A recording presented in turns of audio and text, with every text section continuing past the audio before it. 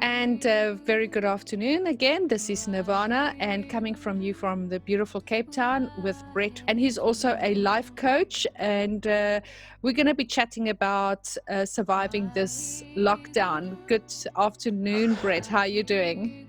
Good, thank you. Thanks very much, Nirvana. I really appreciate the opportunity to speak at least my truth around. Yes, definitely look forward to hearing how somebody like yourself that have been diagnosed with cancer and getting through that. And I just want to mention that you are one of our speakers that we would have had at the Body and Mind Wellness Day in Cape Town, which is now postponed for later this year. Be able to gather again in a social gathering and be able to share this information. Tell me a little bit about you and your journey with cancer and what that revealed to you. Okay, so in 2007, I got, after being misdiagnosed 4 times, I got diagnosed with a cancer called squamous carcinoma, which is a fairly mild cancer as cancers go. But because it was caught very late, it became life-threatening. And once I got through my treatment, which was about 6 months long, I had basically a surgery that took a third of my lip.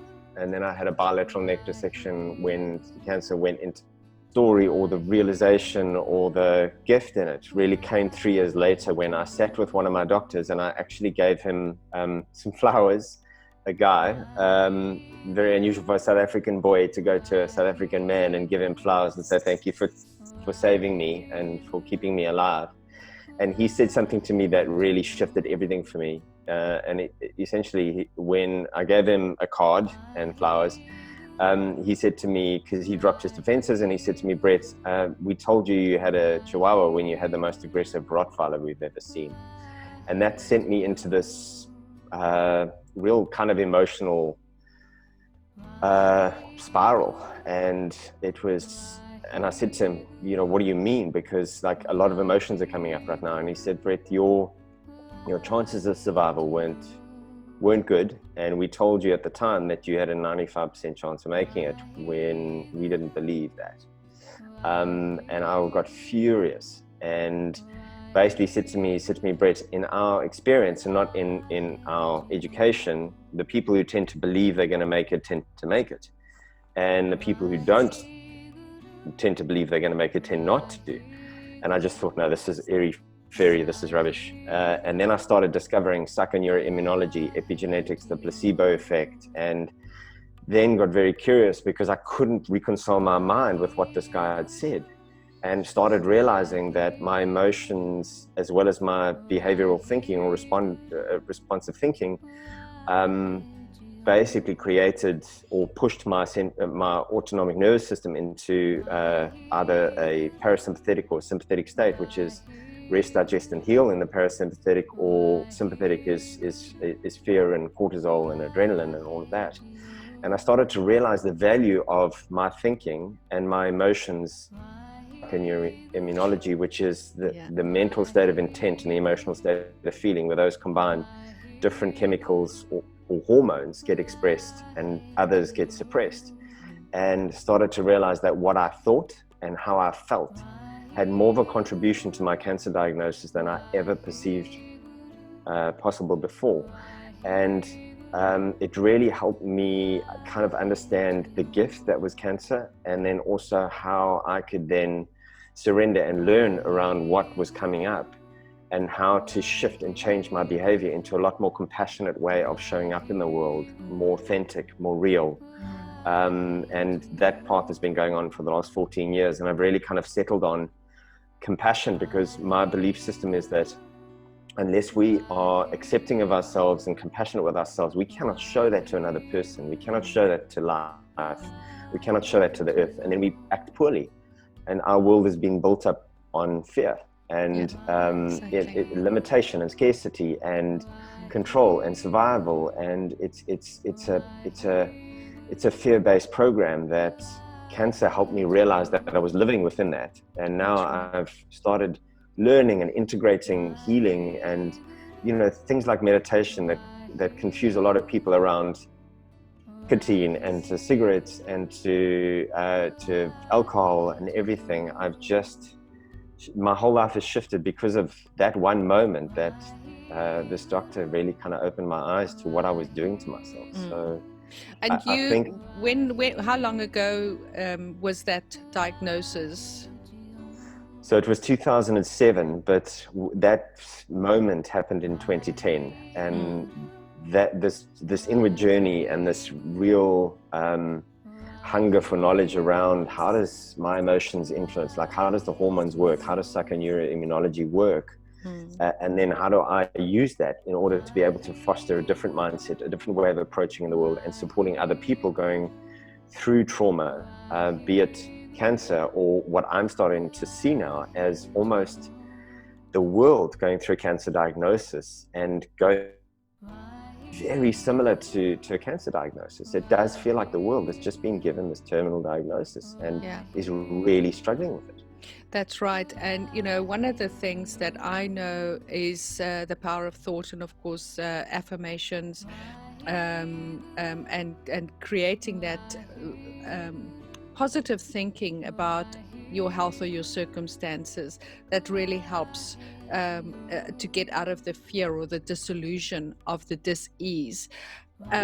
So, here we are, and a lot of people on this planet, South Africa, are experiencing that point where you're sitting in front of the doctor and it says you have cancer, and so go home and to give people some flicker of hope, what they can do for themselves mentally and emotionally. I think that's the most powerful gift. I think the overarching advice that I would give is around, because this 21-day lockdown feels like a Vipassana, and I know Vipassana is a very hard thing because it's 10 days of meditation and silence and quietness, and what that allows for is the mind and the emotions to kind of sit with the big questions of, what have I been doing with my life? Where am I? Who am I? Am I spirit? Am I human? Like those sorts of questions come up, and I think that space is so powerful to be able to explore or just take a pause on life and go, okay, well, what is nourishing me and what is depleting me? It's going, what makes me expand, and soaking everything with self-compassion. And for me, it's around like just really being kinder to ourselves, because if we can't be kind to ourselves, and this is the biggest thing that cancer has taught me, is that when I'm kind to myself, my health responds to that, my body responds to that. I'm literally 15 kgs lighter than I was 3 years ago, and I've changed nothing dramatically. I've just been aware of what food does to me. I've been aware of how I show up in the world, to feel whatever's coming through, and to be gentle in that it's usually quite confronting, these moments of quietness. I do like your reference to Vipassana. This would be a great opportunity for people to go inward and to go quiet, but that means really switch off your phone, switch off your TV, and not allow those outside forces to really affect with your beautiful spirit, of which you have great connection to what is real and what is true. For your coaching, would you give me like really 30 seconds of what you offer in your coaching for people? I really help people meet themselves, and what that essentially means is I find it very hard to, when I first kind of met myself, I use the Enneagram as a tool to help people understand their strengths and take ownership of those, and then I use it also to be very gentle with their weaknesses or their shadow, and to be able to start doing things that again nourish and move away from depleting ourselves. So the biggest message that I could possibly give people is just be kind as heck to yourself as you can, and allow yourself to feel whatever's coming up. It is so important to honor what is here. Yes, I do I do like the Enneagram. It's a very powerful tool.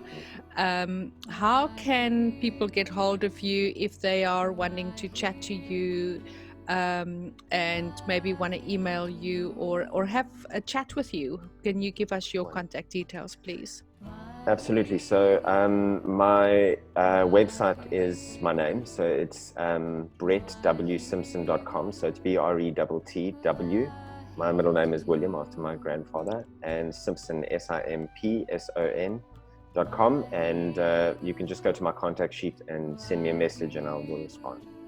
Fantastic. I've also got a YouTube channel as well. Yes, what is your YouTube channel? It's Brett W. Simpson as well. Same as Facebook, same as Instagram. Awesome. And if you've missed that, you can also check the links below and go to the Body and Mind website, which is bodyandmind.coza. You can also download the Body and Mind Health Directory app in your Apple as well as in your Play stores, and you can interact with us that way. And also follow us on YouTube, the Body and Mind YouTube channel, where we chat to many of our members and speakers around South Africa. And there's some really valuable people giving great advice and just positivity. So great. Thank you very much, Brett. It was lovely chatting to you. Yeah, and I'd just like to thank you, Nirvana, for the opportunity. I think what you're doing in Body and Mind is phenomenal, and I think these sorts of initiatives are rising now, and it's such important work. So I really, really would like to acknowledge the value that you've given me here to be able to kind of speak my truth. You're so welcome. Have a lovely afternoon. Thank you. Thanks.